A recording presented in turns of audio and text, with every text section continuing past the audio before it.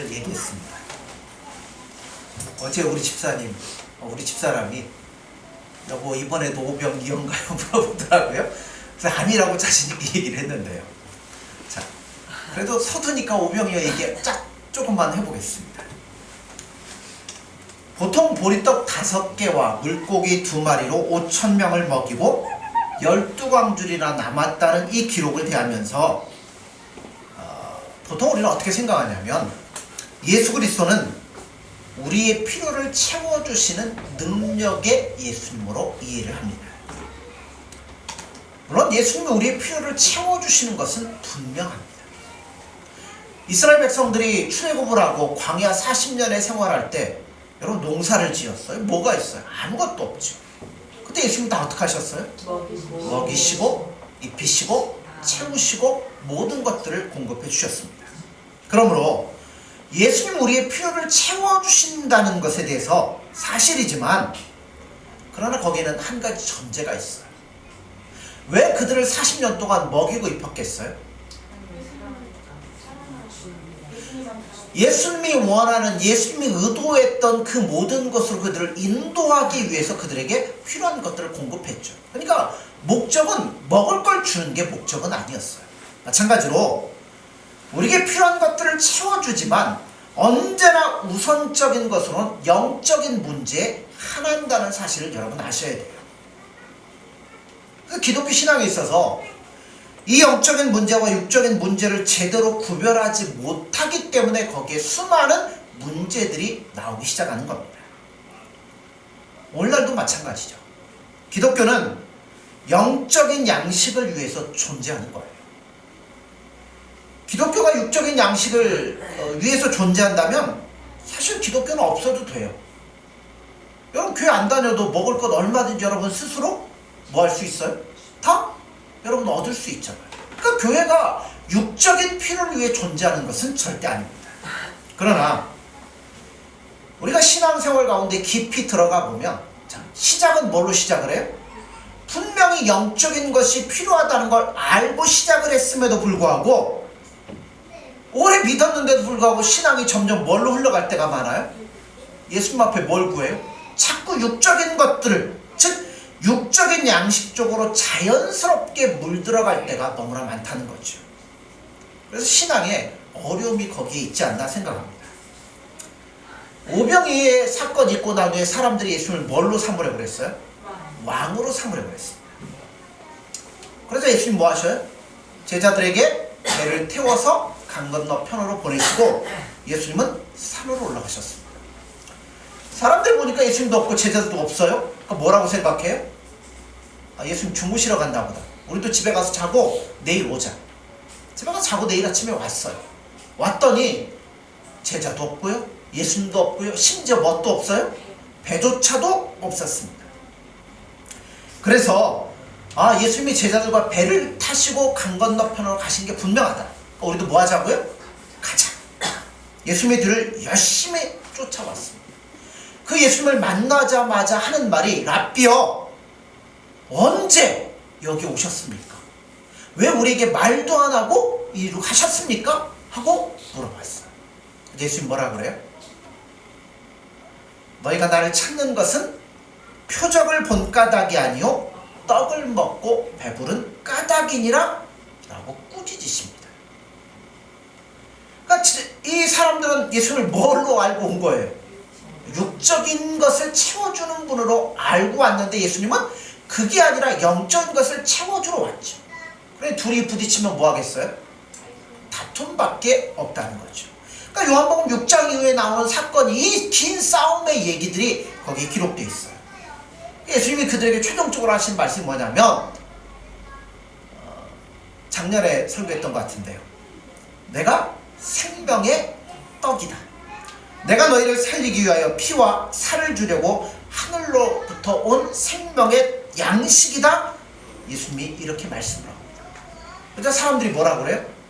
예수님 그거 나에게 주세요. 그거 달라고 합니다. 그래서 예수님이 또다시 말씀하죠.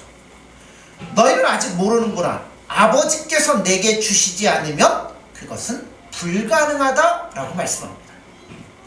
그러니까 또 질문하는 거야. 아니 예수님, 우리가 그거 위해 오지 않았습니까? 그거 우리에게 주세요. 그래서 예수님이 그래요. 아니다.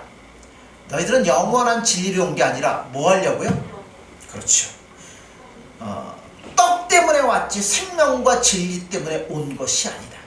나는 죽으러 왔고 너희는 그것을 알지 못한다. 예수님 말씀합니다.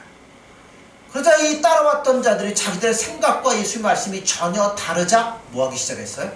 다 가버리고 말았습니다. 자, 여기에 문제가 있죠. 그렇게 예수님을 열심히 따라왔던 사람들이 왜 예수님으로부터 등을 돌리고 전부 다 떠나가 버렸을까요? 자, 60절 보세요. 제자 중 여럿이 듣고 말하되 이 말씀은 어렵도다. 누가 들을 수 있느냐 한데.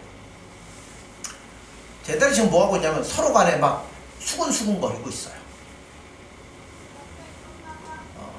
요한복음 6장의 사건을 우리가 이렇게 쭉 이제 풀어나가는데, 자, 요한복음은 누가 기록했죠? 사도 요한이 기록했습니다. 어떻게 기록했어요? 아니, 하나님의 영감을 받아 기록했습니다. 그럼 그 내용에 뺄 게 있고 뭐 더할 게 있습니까? 없죠. 그러니까 어떤 것이든 거기에 반드시 필요하기 때문에 그 말씀이 들어가 있다는 거예요. 그런데 60절에 나오는 말씀처럼 제자들이 서로 간에 이야기하고 수군거리는 이 기록이 요한복음에 여러 번 삽입되어 있습니다. 뭔가 이유가 있고 목적이 있기 때문에 그 말씀이 있는데 이런 겁니다. 여러분, 기독교하고 다른 종교의 차이점이 뭘까요? 그러니까 뭐 생명이 있고 없고 이런 건 뭐 너무나 뭐 우리가 알고 있으니까 이런 건 빼놓고요. 외형적으로 드러나는 것 중에 다른 종교는 할 수 있다는 거예요. 내가 뭔가 도를 얻고 깨닫고 진리를 깨닫고 내가 노력을 하고 열심을 다해서 뭔가를 해서 어떤 수준에 올라가는 게 다른 종교예요. 반면에 기독교는 뭐죠? 그렇죠. 우리는 아무것도 할 수 없다. 이게 가장 중요한 차이예요. 그러니까 다른 종교는 누가 하면 돼요? 내가 하면 돼요. 그런데 기독교는 누가 해야 돼요? 예수님. 나는 못하니까 예수님이 할 수밖에 없다는 거예요. 그래서 예수님이 뭐 하신 거예요? 이 땅에 오셔서 우리를 대신하여 죽으신 거죠. 다른 종교는 사람이 하면 되니까 신이 올 이유가 없죠. 그들 얘기로 이야기하잖아요. 바로 거기에 차이점이 있습니다. 그러니까 요한복음이 바로 그거를 증명하는 거예요. 그러니까 요한복음을 읽어보면 하나의 주제가 딱 있어요. 우리는 아무것도 아니다. 그래서 예수님이 와야 된다는 거예요. 자, 1장에 보면 인간이란 어떤 것으로도 구원을 얻을 수 없다는 것을 말씀하고 있어요. 그러면서 1장에 나오는 제일 중요한 게 뭐예요? 예, 빛이 세상에 왔어요. 근데 빛이 왔으면 봐야 되는데 모두가 영적인 장애인이니까 빛이 왔는데도 뭐예요? 모르는 거예요. 그러니까 뭘 좋아해요? 빛보다 어둠을 좋아하더라는 거예요. 그러니까 그걸 깨우기 위해서 누가 예수님보다 먼저 와요? 세례 요한이 먼저 올 수밖에 없었다는 것을 요한복음 1장에 이야기를 해요. 자, 조금 넘어가죠. 3장 중요한 사람 누가 나오죠? 니고데모가 나옵니다. 자, 니고데모는 굉장히 훌륭한 사람이에요. 종교적으로나 지식적으로나 어떻게 보면 인간들 중에 굉장히 훌륭했던 사람 중에 하나입니다. 근데 예수님이 그에게 뭐라고 그래요? 진실로 진실로 내게 이르노니 사람이 물과 성령으로 거듭나지 않으면 결단코 하나님 나라에 들어갈 수 없느니라. 이 말씀을 왜 해요? 니고데모에게 야, 이런 거니까 네가 깨우쳐갖고 이렇게 되라, 그런 의미로 주셨을까요? 아니에요. 그가 지식적으로나 종교적으로 높은 지위에 있고 많은 성경적인 지식을 알고 있을지라도 네가 갖고 있는 어떤 것으로도 희망이 없다. 너에게 방법이라고 딱 하나, 거듭나는 것 외에는 없다는 거예요. 그러니까 오늘 우리 얘기하면 우리가 아무리 교회를 열심히 나오고 새벽 기도로 안 빠지고 헌신하고 전도를 하고 뭐하고 뭐해도 내가 갖고 있는 종교적인 힘과 노력과 이걸로는 안 된다는 얘기예요. 그러므로 오직 한 길, 뭐밖에 없다고요? 예수님을 통해서 거듭나는 것 외에는 방법이 없다는 겁니다. 자, 그리고 5장으로 딱 넘어가요. 5장 가면 뭐가 나오죠? 38년 된 병자가 나와요. 베데스다 못가에 가끔 천사가 내려와서 물이 움직이면 가장 먼저 들어간 사람은 다 나았어요. 그런데 이 병자는 병명이 뭐예요? 중풍병이잖아요. 그러니까 뭐 걸어가기가 너무 힘들죠. 자기가 가려고 그러면 뭐예요? 벌써 다른 사람이 다 들어가서 나아갖고 가버려요. 몇 년 동안? 38년 동안. 38년 된 병자라는 것은 병이 그만큼 오래됐다는 얘기가 아니라 38년 동안 노력했는데도 안 되더라는 겁니다. 요한복음의 지적이 바로 그거예요.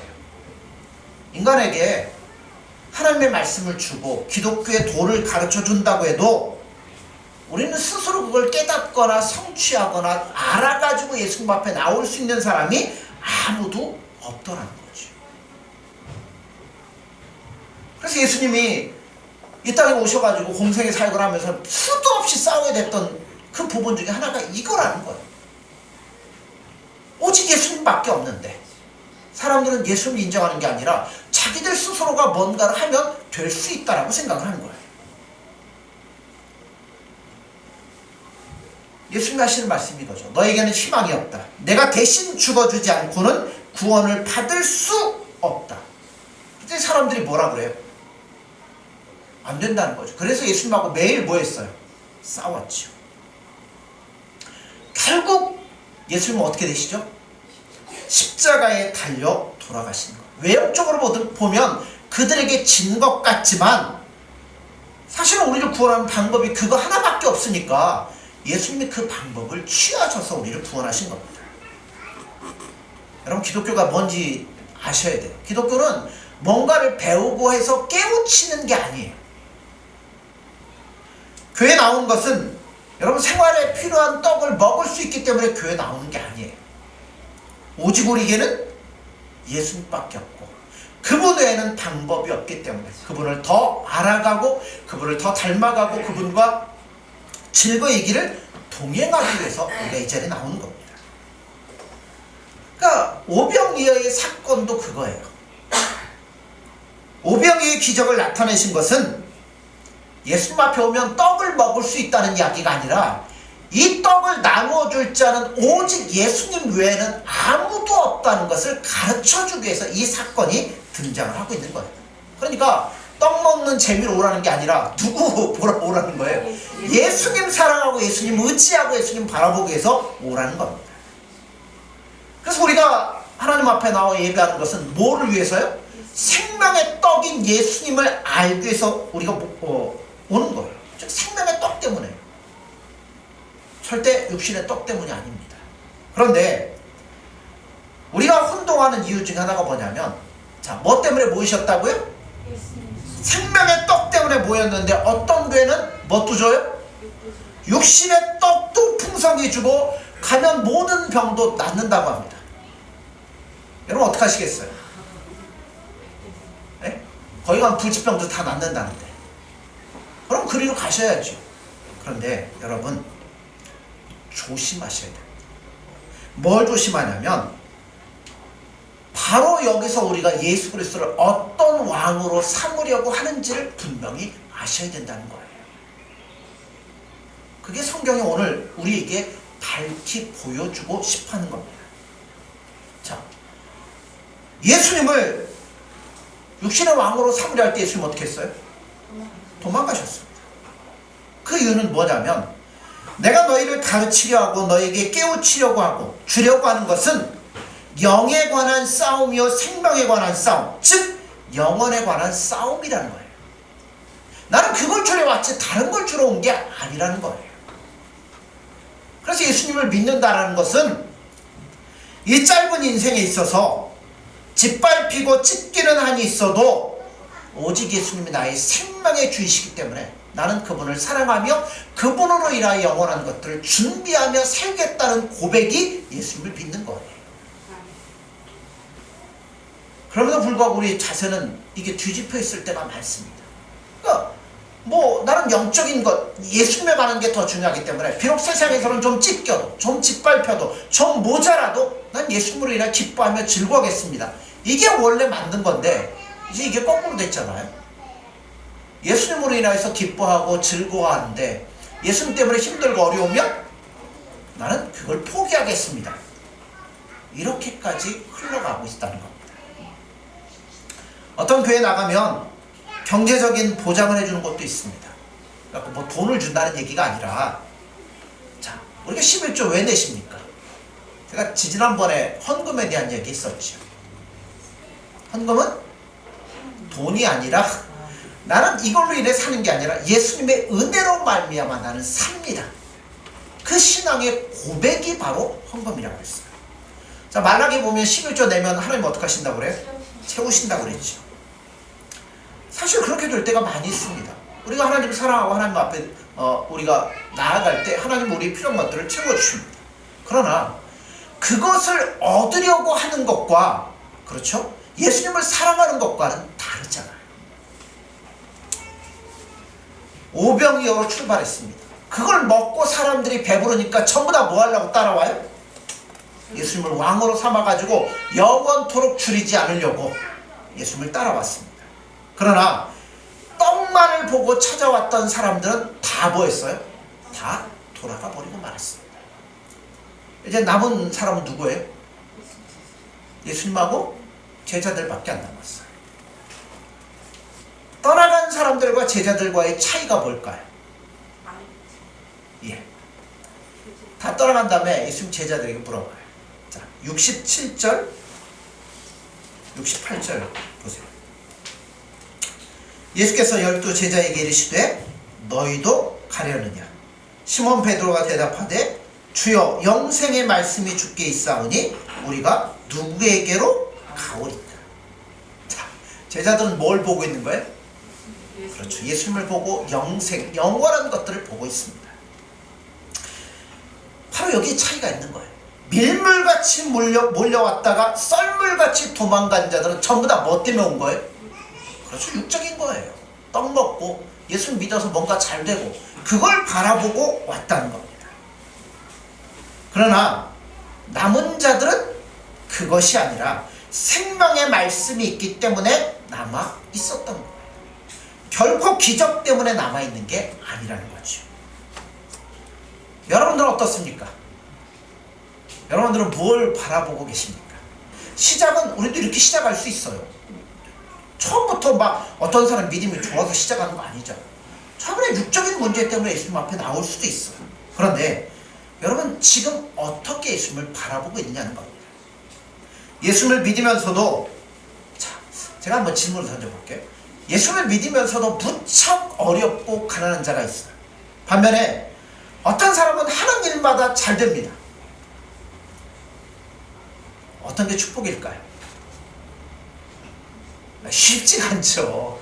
그렇죠? 이건 예수님의 손에 있는 문제이기 때문에 예수님 어떻게 하실지 모르기 때문에 우리로서는 답을 내기가 쉽지가 않아요. 그런데 여러분 이렇게 생각하시죠. 우리가 예수님을 믿으면 예수님 때문에 물론 우리 마음이 평안해지죠. 예수님 안에 우리가 온전히 거하면 여러분 상황이 어떻든지, 그러니까 우리에게 있어서 평안이라는 것은 모든 게 평안하기 때문에 평안한 게 아니라 풍랑이 있는 바다 위에서도, 그죠? 평안할 수 있는 평안을 주님 우리 안에 주시는 거예요. 예수 믿는 것은 집안이 평안하거나 사업이 잘 되고 병들지도 않고 그런 문제가 걸려있는 게 아니에요. 사실 예수님과 우리와의 가장 중요한 것은 어디 초점이냐면 영적인 싸움에 초점이 맞춰져 있는 거예요. 거기에 대해서도 예수님이 이렇게 말씀하죠.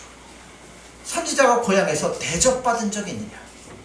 누가복음에 보면 내가 참으로 너희에게 이르노니 엘리야 시대에 하늘이 3년 6개월간 닫히어 온 땅에 큰 흉년이 들었을 때 이스라엘에 많은 과부가 있었을 때 엘리야가 그중 한 사람에게도 보내심을 받지 않고 오직 시돈 땅에 있는 사렙다의 한 과부에게 뿐이었으며, 또 선지자 엘리사 때 이스라엘에 많은 나병 환자가 있었을 때 그 중에 한 사람도 깨끗함을 얻지 못하고 오직 수리아 사람 나아만 뿐이었느니라.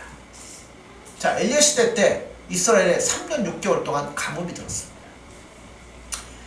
먹을 것이 없었으나 누구한테는 있었어요? 엘리야가 있던 집에는 먹을 게 있었어요. 그 집에는 기름병에 기름이 떨어지지 않고 밀가루통에 밀가루가 떨어지질 않았습니다. 그래서 엘리야가 있었던 사렙다 과부의 집에는 엘리야 덕분에 식량이 떨어지지 아니하므로 그 과부도 죽지 않고 살 수 있었어요. 그런데 이스라엘 땅에도 과부가 많은데 왜 하필이면 이방 땅인 시돈 땅의 과부가 선택을 받았을까요? 기왕이면 이스라엘 백성 중에 누가 하는 게 좋지 않습니까? 예수님 뭘 지적하고 싶으시냐면 이스라엘은 선민이잖아요. 벌써 하나님의 뭐가 있어요? 하나님 주셨던 율법이 있고 이 제사 제도가 있고 모든 게 다 갖춰져 있어요. 자, 그런데 예수님이 하고자 하는 것은 선지자도 보내고 말씀도 주고 다 있는데 그렇게 진리를 가르쳐줬다고 해서 그 사람들이 항복하고 따라오느냐 하면 절대 아니라는 거예요. 오직 뭐밖에 없어요? 예수님의 은혜밖에는 없다는 거예요.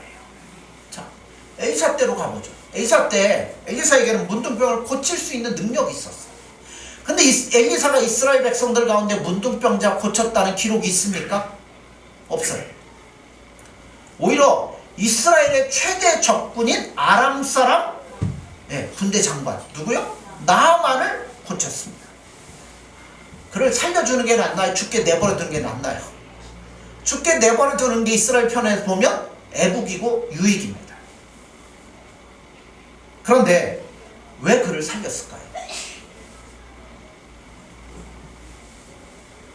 이스라엘이라는 선민을 따로 떼어놓고 이방인들을 고쳐주고 그들에게 은혜를 베풀어주는 것을 통해서 우리에게 예수님이 말씀하고자 한 게 있다는 거예요.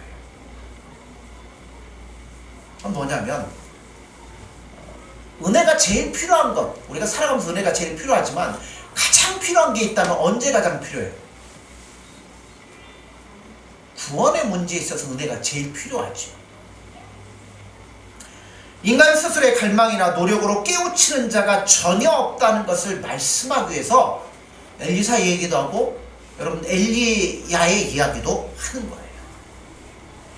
그래서 이스라엘 백성들을 보면 하나님이 미리 택하셨고 그들에게 말씀도 주시고 선지자들 보냈는데도 그렇게 가르치고 그렇게 이야기를 해도 뭐 한다고요? 하나도 깨우치고 돌아오는 자가 없더라는 것을 엑스트라로 보여주기 위해서 이스라엘 백성들이 딱 존재하고 있는 거예요. 그러니까 우리가 예수님 앞에 예수님 우리에게 더 깨닫게 해주세요. 더 알게 해주세요. 사실 그것보다 뭐가 제일 필요하냐면 우리 예수님 앞에 요구할 건 예수님 저는 죽어 마땅한 죄인입니다. 예수님의 은혜가 아니고 긍휼이 아니면 나는 한 걸음도 살아갈 수 없습니다. 나를 불쌍히 여겨주세요. 이게 제일 우리 가운데 필요하다는 겁니다.